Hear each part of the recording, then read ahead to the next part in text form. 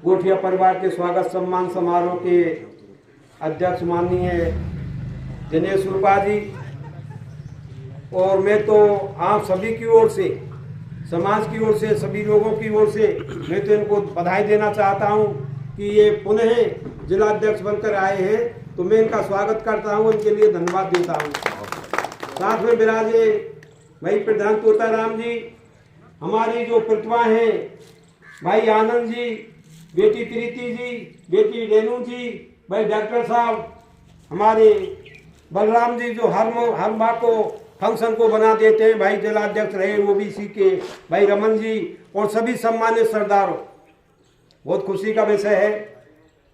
और मैं तो आपसे निवेदन करूंगा कि डॉक्टर साहब आप कह रहे हम तो या किश्ती तूफान से निकाल के लाएं, और हम तो दोपहर पीछे दिन छिपे सीख हमारे हाथ पड़ी है जब ये समाज बहुत आगे बढ़ गई। लेकिन मैं उनको नमन करता हूं, उनको धन्यवाद देता हूं। समाज में जिन्होंने जन्म लिया उन शहीदों को भी नमन करता हूं, जिन्होंने अपना बलिदान देकर के समाज को आगे बढ़ाया। मैं नमन करता हूं कर्नल साहब को, जिन्होंने इस किश्ती को निकाल करके लोगों के बीच में दिया, जो नरी पहाड़ बेड़ा में अपना जीवन यापन करते थे। आज हम देख रहे हैं ये उनकी देन है, क्योंकि जब 2006 में हमने आंदोलन चालू किया, जब उग्र आंदोलन चालू किया, उससे पहले बहुत समय से हमारी मांग थी कि हमको एसटी का दर्जा दिलाया जाए। लेकिन जब 2006 में कर्नल साहब ने उग्र आंदोलन किया तो हम केवल 4 आदमियों का नाम लेते थे। एक तो हमारे श्यामलाल जी थे, एक हमारे गिरिराज सिंह के बेटे थे उठा करके, एक बाजार था जयपुर का, एक और था। केवल 4 आरएस थे हमारे, और आईपीएस और आईएएस तो कोई भी नहीं था पूरे ही समाज में। तो ये देन उन्हीं की है। आज वो समय आ गया है।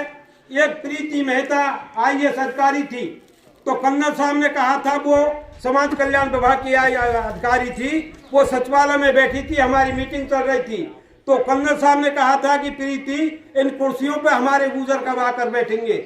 लेकिन प्रीति उसने कहा था, उस यति मेहता ने, कर्नल साहब आपको ये 5% मिल जाएगा, आपकी ये काया बदल जाएगी। तो मैं तो ये कहूंगा कि अब वो समय आ गया है। आप देख रहे हैं हमारी जो प्रतिमाएं बैठी हुई हैं, ये सब आप लोगों के सहयोग की बात है। हमने जब आंदोलन किया, आप लोग सब जातियों ने हमारा सहयोग किया। मैं तो आप लोगों को धन्यवाद देता हूं। आपके सहयोग से, आपकी ताकत से हमको ताकत मिली, और हमने इस 5% को लेकर के हमारे समाज को आगे बढ़ाया। बंधुओं, मैं आपसे निवेदन करूंगा कि हमारे पूर्वजों ने अपने लिए संसाधन थे, या वो जमीन थी, या पशु थे, या वो भी साधन थे, वो साधन अपने लिए रखे थे। लेकिन धीरे धीरे धीरे धीरे वो संसाधन पूरे ही खत्म होते जा रहे हैं। आप देखेंगे कि जहाँ पहाड़ी क्षेत्र है, वहाँ पर तरसुमा इधर जाएंगे आप पहाड़ में, तो पूरे ही वन विभाग ने, फॉरेस्ट विभाग ने उनमें डंडा कर दिया, उनको घेर लिया गया है। और जितनी भी जमीन है आज आबादी में गई, फैक्ट्रियों में गई। एक बहुत बड़ी ब्यावर से भरतपुर के लिए बहुत बड़ा रोड निकल रहा है, जो 20 फीट ऊंचा डल के जाएगा, और वो सूपा पैर हमारे गांव पैर धीरे धीरे हमारे किसानों की जमीन फैल जाएगा। तो मैं आपसे कहूंगा कि हमारे गांव की उसमें करीब 1.5 बीघे जमीन जा रही है। इसी तरीका से हर गांव की, या सूपा है, बाबरी है, कमजोली है, बड़ौदा है, पूरे ही किसानों की जमीनें जा रही हैं। तो मेरा कहने का ये मतलब है कि जो आपके संसाधन थे वो धीरे धीरे खत्म होते चले जा रहे हैं। इसलिए आपको केवल एक ही रास्ता है, एक ही पॉइंट है आपके पास में, एक ही रास्ता है कि आप अपने बच्चों को शिक्षा दिलाएं। और शिक्षा जब तक नहीं दिलाओगे, बच्चा आपके कुर्सियों पर नहीं बैठेंगे, जब तक आपका विकास नहीं होगा। मैं तो आपसे ये कहूंगा कि पहला जो कर्तव्य है वो माता पिताओं का है, इस समाज का है, सभी समाजों का है। माता पिता बच्चे को जैसा भी संस्कार देंगे, क्योंकि जो बच्चे में जन्म का संस्कार होता है वो जीवन भर चलता है। इसलिए मैं आपसे कहूंगा कि अपने बच्चों को वो संस्कार दें जिससे सरकार की जो नीति है उनको फॉलो करें। ये जो बैठे हुए हैं ये उनको फॉलो करते हैं, ये जो फैसला करते हैं उनका नियम बनता है। इसलिए आप अपने बच्चों को शिक्षा दिलाएं। कर्नल साहब कहते थे कि मेरी बेटी राम प्यारी कलेक्टर बने, और वो जिले में बैठे, और मैं जब जाऊं तो मेरे गेट खोल करके वो से कहे, बाबा कर्नल ये कब चाय मेरे ऑफिस में आके पिए।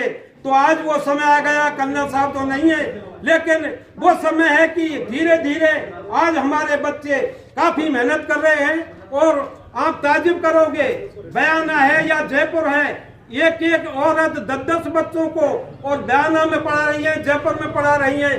काफी प्रोग्रेस है। फिर भी मैं आपसे कहूंगा कि उच्च शिक्षा, जहां पर हमारे IPS IAS बने, वहाँ उच्च शिक्षा दिलाए। चाहे आपको जयपुर पढ़ाना पड़े, चाहे आपको सीकर पढ़ाना पड़े, कोटा पढ़ाना पड़े, दिल्ली पढ़ाना पड़े, आप बच्चों को उच्च शिक्षा दिलाएं, जिससे हमारे बच्चे उन उच्च पदों पर जाके बैठे हैं जहाँ पर और लोगों के बच्चे बैठे हुए हैं। मैं आपसे पुनः यही कहूंगा कि आप सभी समाजों से मिलकर के, भाई चुनाव में MLA MP जीतते हैं, वो केवल 5 साल के लिए जीतते हैं, लेकिन समाज का नेता बहुत जरूरी है।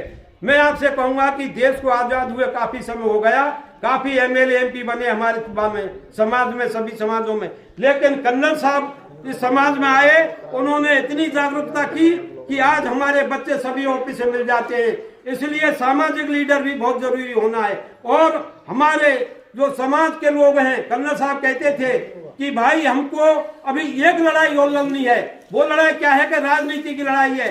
क्योंकि हम जब आते थे, हम जब फैसला करने के लिए जाते थे सचिवालय में, तो जितने भी IPS अधिकारी थे या RS अधिकारी थे, वो उन मंत्रियों को भी टाल देते थे कि साहब ये नियम इधर नहीं है, ये नियम ऐसे होगा, जब जाके इसका समाधान होगा।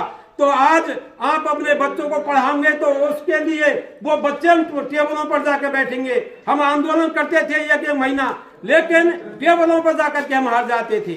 इसलिए हमको बहुत जरूरी है कि अपने बच्चों को पढ़ाना है। जितने भी आपके खर्चा है, मैं तो ये कहूंगा ये साफाओं के जो काम है, ये साफा बंद कर देने चाहिए हमें। इनका कुछ भी नहीं बनता है, केवल बाजार में पैसा जाता है और हम जाकर के इनको पटक देते हैं। इसकी बजाय ये फूलों की माला है, ये सबसे बेहतरीन है, इससे स्वागत करें, ये साफा बंद करें।